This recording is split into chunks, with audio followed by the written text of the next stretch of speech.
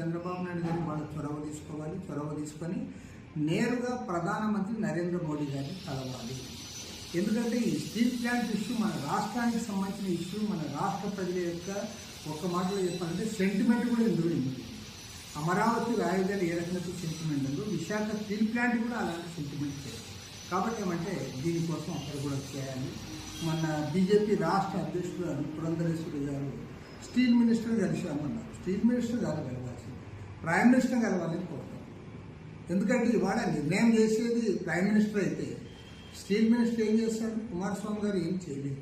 కాబట్టి ఏమంటే ఇవాళ క్లియర్ కట్గా దీన్ని కాపాడుకోవాలంటే దాన్ని శైలి అధ్వర్యంలో కలిపినా మంచిది, లేదంటే దానికి ఏవైతే మైనింగ్ ఉందో మైనింగ్ కట్టబెట్టి ఆ రకంగా దానికి చేస్తే ఖచ్చితంగా లాభాల బాటలో ప్రయాణిస్తుంది. 2023-24లో వేల కోట్ల రూపాయలు నష్టం వచ్చిందని చెప్తాము. మీరు